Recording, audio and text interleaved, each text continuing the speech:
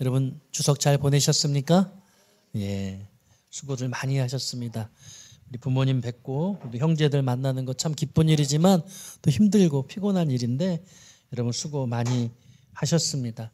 우리 옆에 분하고 한번 인사하면 좋겠습니다. 가을엔 제가 더 친절하겠습니다. 네, 오늘 친절에 대한 말씀을 함께 나누려고 해요. 우리 성령의 열매 오늘 5번째 시간으로 오늘 말씀 제목 자비, 인자하심이 영원하심. 인자하심이 영원하심이란 제목으로 우리 하나님의 은혜를 나누기를 원합니다. 친절함으로 까칠함을 이길 수 있을까요? 여러분은 까칠한 사람들에게도 친절하십니까? 어떻게 까칠한 사람에게 친절해? 까칠한 사람한테는 까칠하게 대해야죠. 예, 그래야 좀 화가 좀 풀리죠.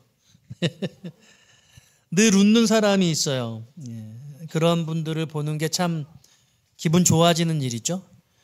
그런데 늘 웃던 그가 어느 날 표정 없이 우두커니 있다고 생각해 보십시오. 여러분 어떤 마음이 들 것 같아요? 그에게 무슨 일이 있나? 이렇게 생각할 수밖에 없을 겁니다. 당연하죠. 웃는 사람은 행복을 주지만 어느 순간 웃는 게 힘들어질 수 있잖아요. 그도 그런 것이겠죠. 개그맨의 일상이 힘든 것이 이런 이유라고 들은 적이 있습니다. 삶은 늘 노출되는 거예요. 개그맨은 늘 누군가를 웃겨야 되는데 왜 안 웃냐고, 왜 안 웃기냐고, 웃겨보라고, 웃어보라고 그렇게 말할 때 힘들다는 거죠. 알지 못할 누군가가 여러분에게 불쾌함을 주기도 하고 또 반대로 뜻밖의 친절을 받으며 하루를 기분 좋게 보내기도 하지 않습니까? 친절한 삶이란 게 내가 그렇게 산다고 할 때 참 피곤할 수 있습니다. 하루 종일 누군가를 반갑게 맞이해주는 그런 직업 가진 분들 어쩌면 마음은 없는데 표정만 웃으면서 할지도 모르겠다는 생각을 해요. 어서 오세요 막 이러면서. 네. 만나는 모든 이들을 친절함으로 대하기는 쉽지 않습니다. 현대인들은 관계의 피로감을 가지고 있죠. 친절함의 태도를 지속한다는 것은 일시적인 기분이나 태도로는 가능하지 않습니다. 이것은 인격과 영혼의 훈련이고 또 내가 성령 충만의 지배를 당하고 있다는 그런 증거이기도 하지요. 반대로 우리가 친절하지 못하다는 것은 성령 충만의 지배가 부족하다는 뜻이기도 할 것입니다. 우리는 때때로 무례한 사람들에게 상처받습니다. 그런데 그들로 인해 바로 그와 같은 상처 입었다는 표현이 우리 안에 이 자비로움의 내적 상태를 상실했다는 그런 뜻이 되기도 해요. 누군가의 불쾌함을 주는 것 때문에 내가 내 자신의 자아를 잃어버리는 거죠. 까칠한 말 한마디, 싸늘한 표정 하나에 우리의 마음이 요동치도록 그렇게 우리는 스스로를 허용해 버리잖아요. 친절함을 견지하는 것은 사실은 하나님의 자비가 내 마음을 지배하도록 하나님께 전적으로 나를 의탁하는 행위라고 할 수 있습니다. 무례한 상황 속에서도 요동치 않는 평안은 우리의 친절함이 인간적인 억지가 아니라 하나님과의 깊은 교제에서 나오는 성령의 능력임을 우리는 증명하는 거죠. 여러분들이 화나게 하는 상황 속에 화가 나지 않는 성령 충만하신 여러분 되시기를 주님의 이름으로 축원합니다. 보통 어려운 일이 아니에요. 무례한 사람들에게 나의 만족과 평안을 빼앗길 수 없습니다. 우리가 누군가에게 친절을 베풀 때 그 목적은 그들을 변화시키거나 무엇을 얻고자 하는 게 있는 것만은 아니라는 거예요. 더 중요한 것이 내 자신을 지켜내는 일입니다. 만일 우리의 만족을 친절을 통해 상대를 변화하는 것에 둔다면 우리는 금세 실망하고 좌절할 거예요. 그런데 참된 만족과 평안은 하나님과의 관계 안에서 그분께 순종하는 데에 있다는 거예요. 내 안에 내적 하나님의 은혜와 자비가 머물 때 그게 가능한 일이라는 겁니다. 친절은 무례한 사람의 행동에 관계없이 우리가 하나님 나라의 가치를 따르는 자녀임을 확인시켜주는 행위입니다. 그런 마음이에요. 우리의 평안은 오직 그리스도 안에서만 완전함으로 무례한 그 어떤 사람도 하나님 안에 있는 우리의 만족을 빼앗아갈 수 없게 해야 합니다. 할렐루야. 그리고 바로 그 무례함을 주는 그들을 긍휼의 마음으로 바라볼 수 있으면 좋겠어요. 제가 지금 어려운 말씀 드리고 있는 거예요. 궁극적으로 친절함으로 까칠함을 이기는 가장 강력한 무기가 뭐냐? 내 마음에 하나님이 주신 그 자비의 마음, 자비의 태도가 충만하게 있는 거죠. 이 긍휼은 상대의 비참한 상태를 보고 창자가 끊어지는 듯한 아픔을 느끼는 어머니, 부모의 마음이라는 거예요. 예수님께서 군중을 보시며 불쌍히 여기셔서 기적을 행하셨잖아요. 이 오병이어의 역사, 이게 원어가 스플랑크 니조마이거든요. 불쌍히 여기는 것이 그 마음 속에서 깊은 하나님의 마음이었던, 사랑이었던 거예요. 우리는 이 무례한 사람의 까칠함 뒤에 숨겨져 있는 영적인 결핍, 상처, 그 고통을 볼 수 있어야 할 것이에요. 눈이 열려야 돼요. 왜 저렇게 화가 나 있을까? 뭐가 그렇게 힘들 것일까? 왜 나에게 저렇게 소리를 지르고 있지? 우리가 그것을 헤아릴 수 있다면 우리 마음은 요동하지 않을 수 있어요. 만일 여러분들이 진정한 내적 친밀함을 소유한다면 어쩌면 그들의 무례함은 여러분에 의해서 굴복될 수 있을 거예요. 화를 내다가 여러분들의 친절함에 그의 화가 잦아들게 되는 거죠. 얼마나 놀라워요. 여러분, 그런 자 되시기를 축복합니다. 오늘 성령의 5번째 열매 자비에 대해서 살펴보고 있는데요. 이 자비의 원어 헬라어는 크레스토테스입니다. 크레스토테스. 신약 성경에 딱 10번 사용되었어요. 그것도 모두 바울 서신에 나와 있습니다. 제가 쭉 찾아봤는데요. 자비라는 단어로 이 크레스토테스가 5번 사용됐고 인자하심이라는 단어로 3번 사용됐습니다. 오늘 구약성경 시편 107편에 나오는 인자하심은 히브리어잖아요. 근데 제가 지금 헬라어를 말씀드리는 거예요. 그리고 선 또는 선함이라는 단어로 2번 사용됐습니다. 한 개씩만 예를 들어서 제가 읽어드릴게요. 에베소서 2장 7절은 자비라고 번역됐습니다. 이는 그리스도 예수 안에서 우리에게 베푸신 자비로서 그 은혜의 지극히 풍성함을 오는 여러 세대에 나타내려 하심이라. 이 자비가 크리스토테스라고 하는 성령의 열매로서의 자비입니다. 인자하심이라는 단어로 쓰여진 구절은요, 로마서 11장 22절인데 여러 번 등장해요. 그러므로 하나님의 인자하심과, 이게 자비라는 것과 동일한 단어라는 거예요. 하나님의 인자하심과 준엄하심을 보라. 넘어지는 자들에게는 준엄하심이 있으니 너희가 만일 하나님의 인자하심에 머물러 있으면 그 인자하심이 너희에게 있으리라. 그렇지 않으면 너도 찍히는 바 되리라. 인자하심과 준엄하심이 2가지 단어가 등장하는데 이 인자하심이 자비예요. 하나님의 인자하심을 받은 자들은 준엄하심을 당하지 않는데 우리가 인자하심을 사용하지 못하면 우리도 찍히는 바가 된다고 말씀하고 있습니다. 그런가 하면 선 또는 선함이라는 단어도 사용되고 있는데 로마서 3장 12절 다 치우쳐 함께 무익하게 되고 선을 행하는 자는 없나니. 이 선이 자비예요. 로마서 15장 14절 내 형제들아 너희가 스스로 선함이 가득하고. 자, 그러니까 여기 선을 행한다 할 때 그 선이잖아요. 그래서 자비라는 것은 내적인 것이기도 하고 외적인 것이기도 하고 행위적인 것이기도 하다. 이 자비의 이 성향이 여러 가지로 용례로 성경에서 사용되고 있다. 여러분들이 그렇게 이해하시면 됩니다. 그러면 여러분, 자비가 성경에 10번만 나오는 건 아니거든요. 성경에 자비 아주 여러 번 나오거든요. 이 이외에 신약 성경에 등장하는 자비는 엘레오스라고 하는 단어예요. 네, 마태복음 주로 사복음서에 많이 등장하고 로마서에도 등장하는데, 특별히 성령의 열매로서의 자비는 크레스토테스라는 단어로 사용되어지고 있다. 여러분들이 그렇게 이해하시면 되겠습니다. 자, 그런데요, 제가 오늘 여러분께 지금 이 자비를 좀 어렵게 설명을 드렸는데, 이 자비를 여러분께 설명하기 위해서 어느 본문을 택할까 고민하다가 시편 107편을 찾게 됐습니다. 이 시편 107편에 이 자비라는 단어가 인자하심이라는 단어로 나와 있잖아요. 그래서 오늘 말씀 제목이 인자하심이 영원하심입니다.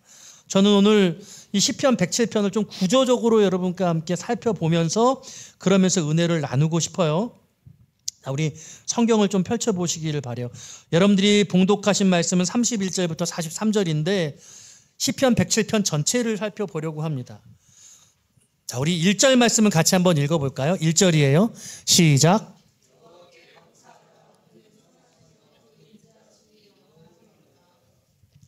자, 이 43절이라는 이 시편을 어떻게 이해하면 쉽게 이해할까? 구조를 이해해야 되겠죠?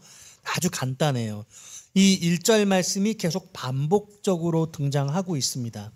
이 반복적으로 등장하는 부분으로 정리할 수 있습니다. 어떻게 나오냐면요, 8절 보세요. 인자하심이란 단어가 또 나와요. 여호와의 인자하심과 인생에게 행하신 기적으로 말미암아 그를 찬송할지로다. 이렇게 말씀 나오죠. 이 말씀이 또 반복돼서 15절에 나와요. 여호와의 인자하심과, 또 21절에도 나오죠. 여호와의 인자하심과, 31절에도 나옵니다. 여호와의 인자하심과. 그러니까 이 시편 107편은 5연으로 구성되어 있어요.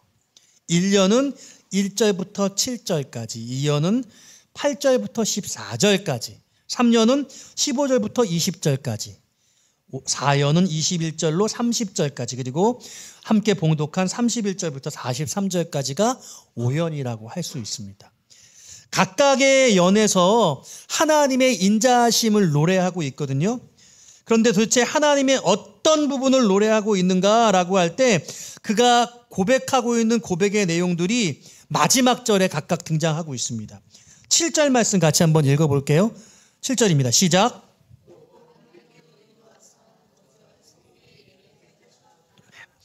1년에서 하나님의 인자하심을 감사하고 있는 것은 거주할 성읍에 이르게 하셨다, 이렇게 말씀하고 있어요.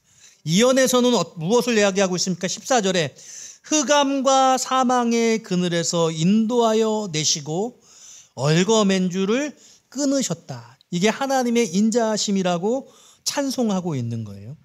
3년에서는요, 맨 마지막 단위인 20절에 나와요. 그가 그의 말씀을 보내어 그들을 고치시고 위험한 지경에서 건지셨다. 4연에서는 마지막 절 30절에 나와요. 그들이 평온함으로 말미암아 기뻐하는 중에 여호와께서 그들이 바라는 항구로 인도하시는 도다. 그래서 바라는 소원의 항구로 인도했다, 이렇게 말씀하고 있습니다. 이렇게 1년, 2년, 3년, 4년은 각각 맨 마지막 부분에 인자하심의 내용이 무엇인가, 하나님께 감사할 그 인자하심의 내용을 고백하고 있습니다. 그런데 오늘 여러분들이 봉독한 5연만 내용이 달라요.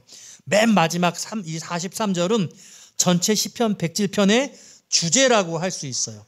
43절 같이 한번 읽어볼까요? 시작.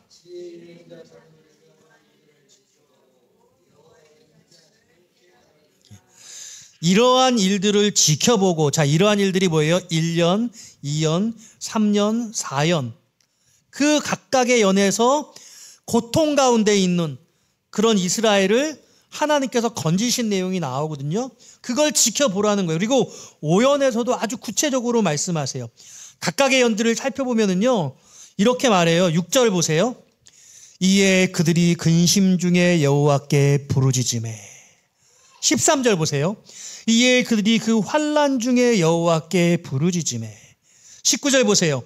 이에 그들이 그들의 고통 때문에 여호와께 부르짖으매. 28절 보세요. 이에 그들이 그들의 고통 때문에 여호와께 부르짖으매. 할렐루야. 여러분 고통스러우세요? 하나님께 부르짖으시기를 바라요. 마음에 어려움이 있으세요? 여러분 전전긍긍하지 마시고요. 하나님께 부르짖으세요. 여기요 근심 중에 환난 중에 고통 때문에 부르짖었더니 하나님의 인자하심이 임하였다. 이렇게 말씀하고 있어요. 인생의 여러분 모든 삶의 순간 속에 어떤 어려움 속에서도 여러분 혼자 그냥 끙끙하지 마시고 우리 하나님께 나와서 부르짖으라고 말하는 거예요. 그러면 하나님이 그 인자하심을 우리에게 드러내신다. 바로 그 31절 이하의 내용이 그 인생의 생사화복 가운데서 하나님이 우리에게 인자하심을 어떻게 보여주시는가? 그러니까 내용이 그거잖아요. 인생에게 행하신 기적. 32절부터 이렇게 한마디로 정리할 수 있어요. 하시며 하시고 하시며 하시고 하시며 하셨다. 하나님이 하신 것들 투성이에요. 33절부터 나와요. 여호와께서는 강이 변하여 광야가 되게 하시며 샘이 변하여 마른 땅이 되게 하시며 옥토가 34절 옥토가 변하여 염전이 되게 하시며 35절 마른 땅이 변하여 샘물이 되게 하시고 36절 줄인 자들로 말미암아 거주할 성읍을 준비하게 하시고 37절 파종하여 포도원을 재배하여 풍성한 소출을 거두게 하시며 38절 크게 번성하게 하시고 가축이 감소하지 아니하게 하실지라도 33절부터 38절까지는 하나님이 우리 인생들에게 쭉 해오신 내용들을 열거하고 있어요. 여러분들의 인생을 돌아보세요. 하나님이 해오신 것 투성인 줄 믿으시기를 바라요.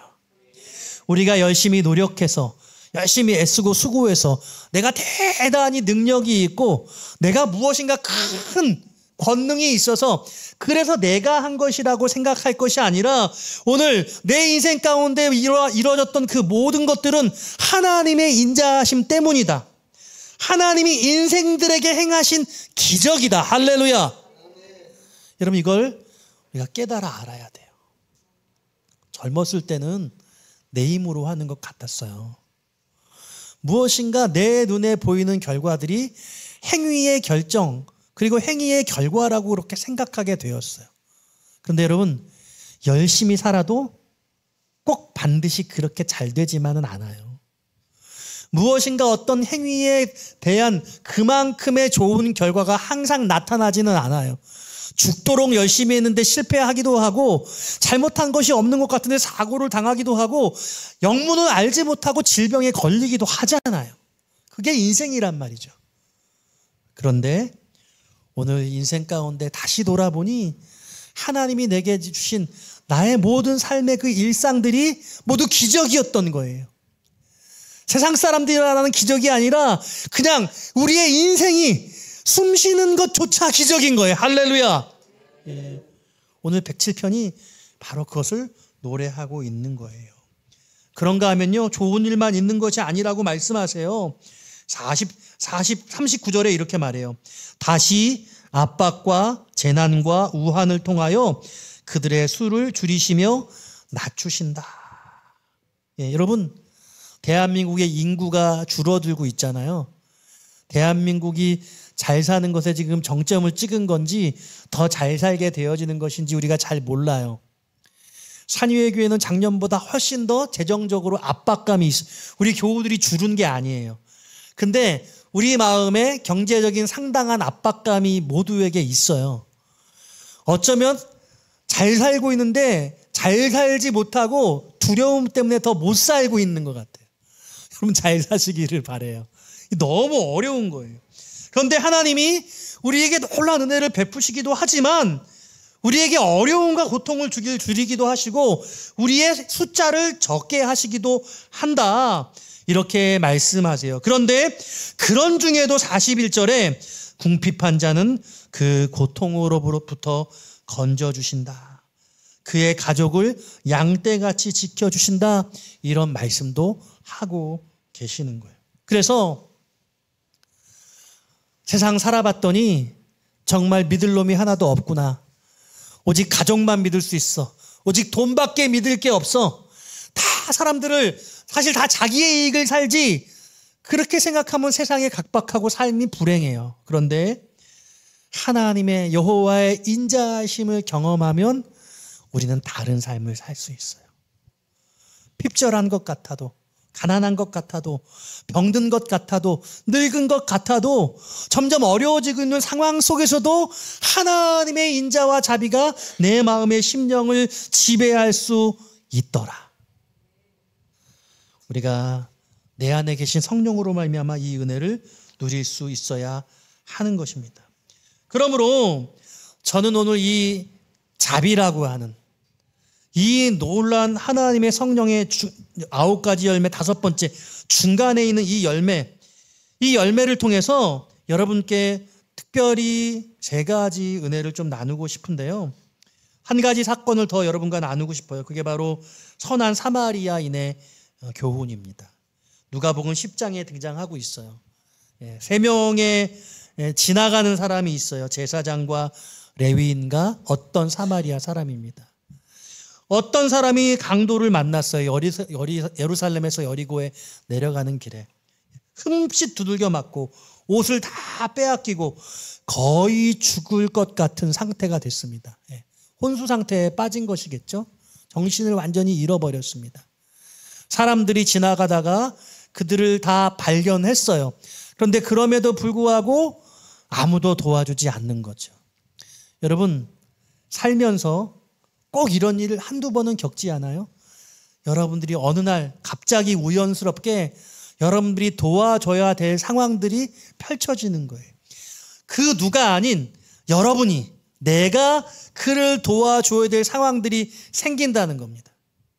그럴 때 이 선한 어떤 사마리아인처럼 우리가 그를 도와줄 수 있겠냐고 하는 거죠. 바로 이게 하나님의 자비하심, 성령의 열매로서의 자비, 친절한 태도라고 이해할 수 있어요.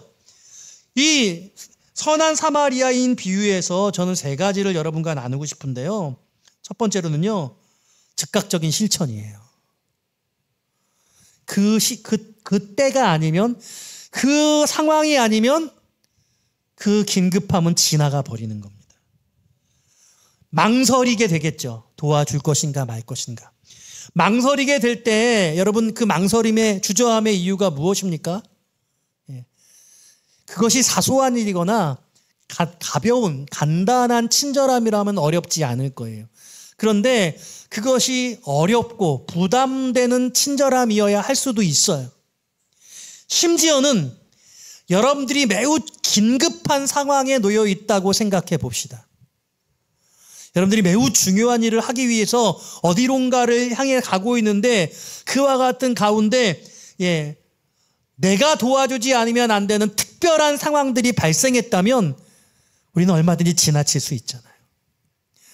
나는 그럴 만한 여건이 안 되고 내 일이 지금 너무나 중요하기 때문에 그를 도와줄 것인가 말 것인가를 고민할 때 우리는 얼마든지 지나쳐 버릴 수 있어요. 그런데 이 본문 속에 등장하는 선한 사마리아인은 그를 도와주는 모습을 보여주고 있더라는 겁니다. 2번째 선한 사마리아인 비유에서 그는 시간과 물질을 헌신하고 있어요.